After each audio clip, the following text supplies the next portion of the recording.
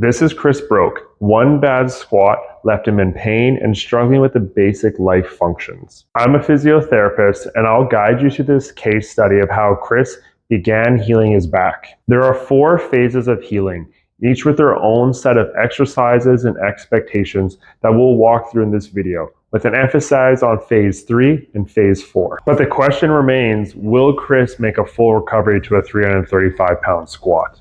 Kris hurt his back doing a barbell squat. He was tired, but still wanted to work on increasing the depth.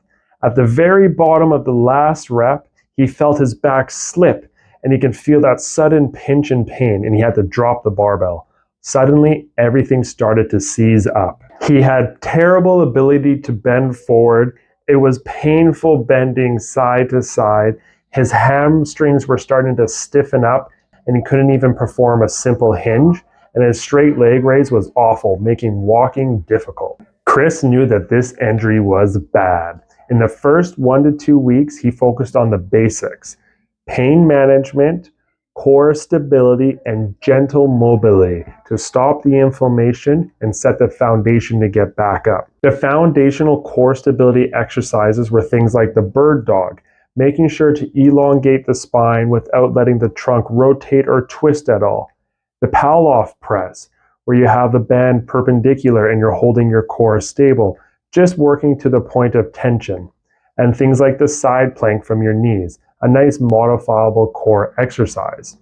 We also worked on some gentle mobility, things like the cat-cow, respecting our pain limits, not pushing too far to the point of pain. And the thread the needle to help restore that rotational motion, again, respecting pain. These first few weeks of exercises may seem simple, but they helped rebuild the base to get us to the next phase. Now, things were improving, but Kris started to push a little bit too hard on his return to single leg work because he started to develop gluteal tendinopathy, which is pain on the outside of the hip, causing tenderness over the greater trochanter, making stepping, sitting, standing painful. This setback meant more frustration, but also a reminder that recovery is not always linear. To work on the gluteal tendinopathy, Kris had to work on improving his knee valgus by doing banded squats, working on pelvic tilt with his single leg stability, and improving the strength of the gluteal tendon by doing penguin waddles and hip abduction. This helped to correct the biomechanics that was a fault from the back pain, and then tensile strength and get rid of that bursitis. As Kris improved through his setback, he was ready for phase 3, beginning the strengthening. This is where the real progress happened. We're going to see everything that Kris went through to make his phase 3 strength a real success. It's safe to progress from phase 2 to phase 3 of back rehab when you have near full range of motion. You should have no more acute sharp stabby pain, but a little bit of stiffness at the end of range, okay? And you would have tolerated the light stability work and are ready for a new challenge and more load. He had to work on strength through range of motion, working the spine through all its different movements and making it more strong and powerful in each movement. We're going to start with the weighted side bend. This is an excellent exercise to get your body comfortable bending side to side. The important thing is to bend towards the side of the weight, feeling a slight stretch on the opposite side, and then using that opposite side to pull you back up to neutral. This should be a nice controlled motion. Now you can see here that he's holding quite a bit of weight.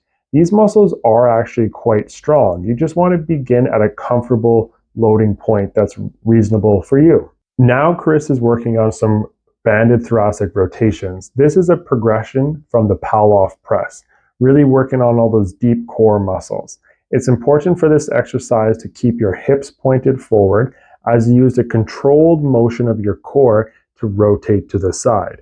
This isn't about how far you can twist your body, it's about how well you can maintain your core stability as moving throughout that motion. He's also starting to do some reverse wood choppers. This is the first integration to a combination of movements in one exercise. A very important foundation for returning to sport. Having the band anchored low, you're going to pull and twist the band up and away on an angle here. This works into a more compromised state of your spine, but one that's really important because we don't move in just strict linear positions. We have to move our body throughout multiple positions at once. Really important, do both sides. After working through some spinal stability progressions and working through that strength through range, we need to improve the overall mobility. So we're going to do some more aggressive mobility exercises. You can see Kris here doing a child's pose into a cobra. We're going to work through that full flexion of the lumbar and thoracic spine into the full extension of the lumbar and thoracic spine.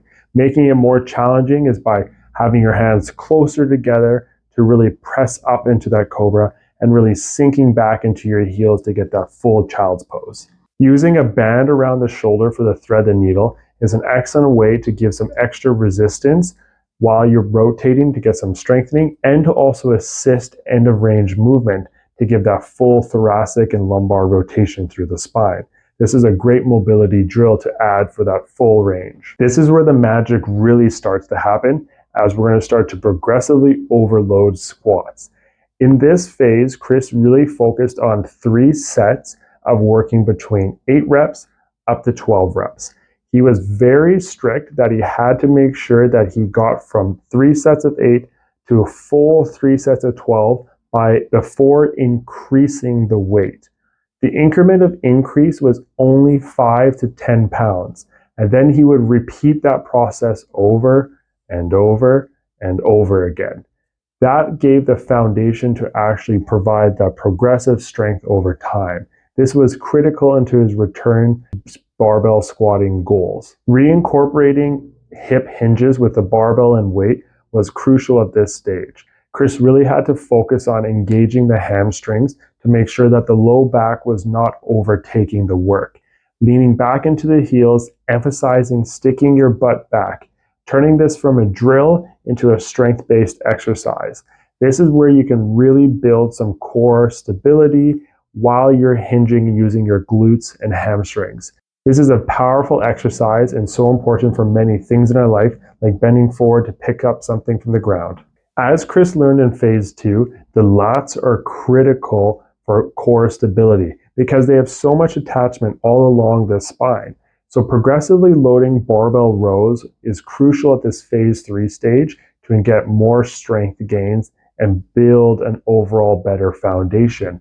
Just following the same principles of working 3 sets of 8 to 12 reps, using an underhand grip, really pulling in tight to the body, hinging as close as you can to parallel to the floor and pulling that barbell center of mass towards the belly button.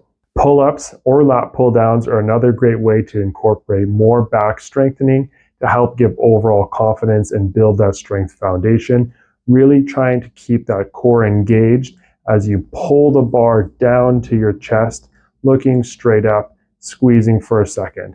Really emphasize the eccentric phase by letting go on a 1, 2, 3, 4 count. Notice these exercises aren't random. They're picked specifically to build up tolerance and overall load. Kris was able to go from fragile and being hurt bending forward to actually being able to perform compound movements and have better quality of life, setting the foundation to go into the next phase of rehab, phase 4, the full return to sport. Finally, phase 4 of rehab. Kris didn't just want to get stronger, he wanted to compete. He was able to progressively load successfully without causing any more flare-ups of his hips or his back pain, and because he was able to do that, he's ready for speed work, plyometrics, and all those training drills. The big focus being on quick spinal movements, impact of the spine from jumping, and then max effort deadlifts and squats. Kris is working on some med ball throws and rotation throws and slams to really have that explosive spinal movement in a meaningful manner, trying to keep the core engaged as you're moving it through the range with that explosive power. We're also going to work on plyometric drills, such as box jumps, progressing from 2 legs to 1 leg. It's really important for back rehab to have these jumping drills, as it is part of the impact of the spine when running and playing your sports. Great progression to work towards is the single leg triple hop. Kris is demonstrating a landmine lunge, twist, and press This is a great explosive full body rotation exercise to build up power coming from the core to explode up. Next, Kris is really emphasizing his max effort deadlifts and squats. To keep things relatively controlled and safe, he went to 4x4s, so doing 4 sets of 4 reps. To make it follow the progressive overload principles, picking a weight that was challenging for 3 to 4 reps, and then working up until you can do it for about 6 reps, and then increasing the difficulty to go back down to that 3 to 4. This is that full explosiveness. When doing a deadlift and a squat in this manner, you're really feeling like you're driving your feet into the ground to explode out. Kris is now fully back to sport and his full training. He still keeps up with some of his return to sport drills to make sure he doesn't have any regressions. As you can see, there was many phases and different challenges along the way that Kris persevered for. But it goes to show that with a little bit of effort and focus, anyone can achieve some full back rehab. Kris Broke's story is what real rehab looks like. It's not linear, it follows ups and downs, and it has different phases: pain management, light stability, mobility work, progressive strengthening, and then working for your return to sport. If you're experiencing any journey similar to this, you're not alone. It's normal for all types of different injuries. Drop a comment below of where you're at and if you have any questions.